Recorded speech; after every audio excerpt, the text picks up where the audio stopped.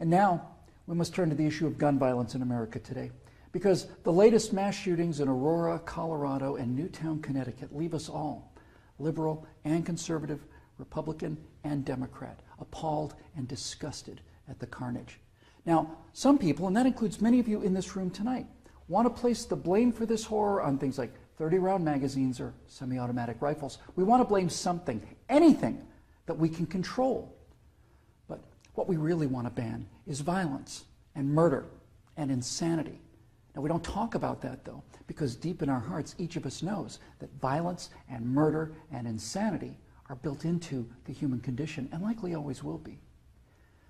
You know, there are two kinds of animals in this world, predators and prey. No one watches a leopard chase down a gazelle and denies that the gazelle has a right to use its hooves and horns to protect itself from the predator.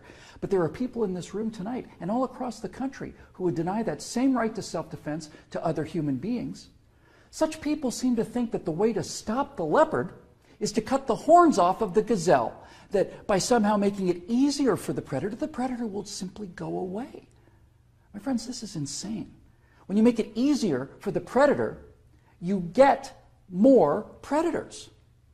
So let's start with the so-called assault weapons, more properly known as semi-automatic rifles. In 2011, the total firearm murders came to 8,583, according to the FBI.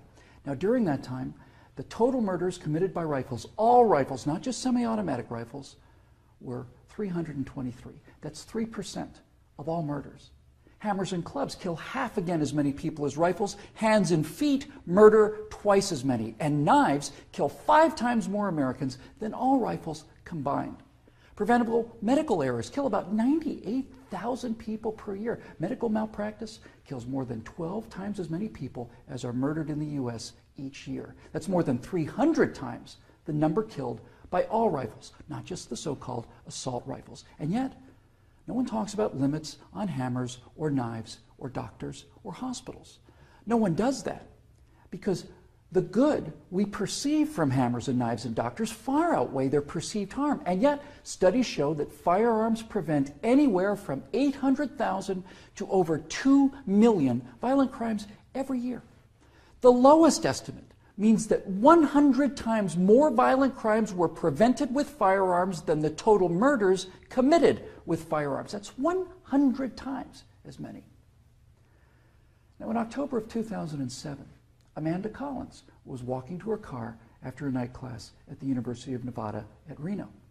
Amanda had a concealed carry permit for her 9mm Glock that she carried for self-defense. Unfortunately for Amanda, UNR is, like most college campuses, a gun-free zone. So, like the law-abiding citizen that she is, she did not have her gun with her in this gun-free zone when she was attacked by James Bevell.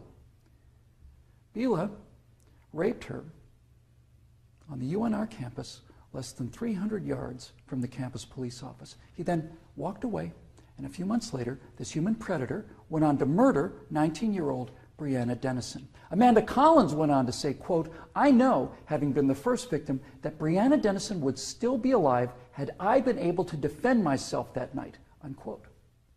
Therefore, I am directing the virtual Attorney General to aggressively challenge any gun control laws that violate Amanda Collins' right not to be raped and Breonna Dennison's right not to be murdered. You're not forced to abandon your First Amendment right when you enter Chicago or New York, or your Fifth Amendment rights when you walk onto a college campus. As virtual president, I will veto on the spot, without hesitation, but with a great deal of pleasure, any and all attempts to destroy any of the Bill of Rights, of the Constitution of the United States of America. Because, when it's all said and done, the Second Amendment to the Constitution is not there to protect us against criminals, and the people calling for gun control know this. That's why they want gun control instead of crime control. That's why they want laws that, at the stroke of a pen, turn law-abiding citizens into criminals. The Second Amendment is there to protect the American people from tyranny. The Second Amendment is there to protect the American people from politicians. The Second Amendment is there to protect the American people from us. Now, Some politicians claim America deserves a vote on this issue. Okay, let's have a vote. Those of you advocating infringement on the right of the people to keep and bear arms need to go to the American people with the 28th Amendment, which would simply read, the Second Amendment to the Constitution is hereby repealed. That would, for the first time, give you the legal authority to do what you have been doing and what you are trying to do now in direct violation of your oath of office to defend the entire Constitution of the United States, not just the parts you happen to approve of. So go ahead, go to the American people and tell them that ultimate power is no longer to be vested in the people who can't be trusted with that power according to you. Tell them only the government can have that power now. You go out there and try to convince the people of the 38 states that you're going to need to get that amendment passed to agree with your opinion of them versus their opinion of you.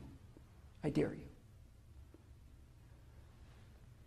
12 million unarmed men, women, and children were unable to resist being murdered by their own National Socialist government in Germany. Perhaps 50 million unarmed men, women, and children were murdered by their own Union of Soviet Socialist Republics. 50 million Chinese murdered by their own government under Mao, who also disarmed his people. And in Cuba, and in Vietnam, and in the killing fields of Cambodia. Now you say that can't happen here? You say we're protected? By what? By the Constitution that you're in the process of destroying? You are in violation of your oaths of office by so much as introducing this legislation, let alone passing it.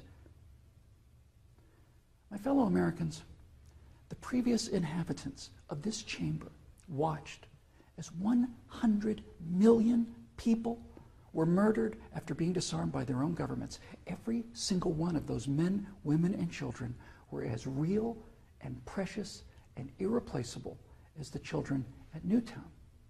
And I tell you here and now that I will be damned if I will let that happen to the American people.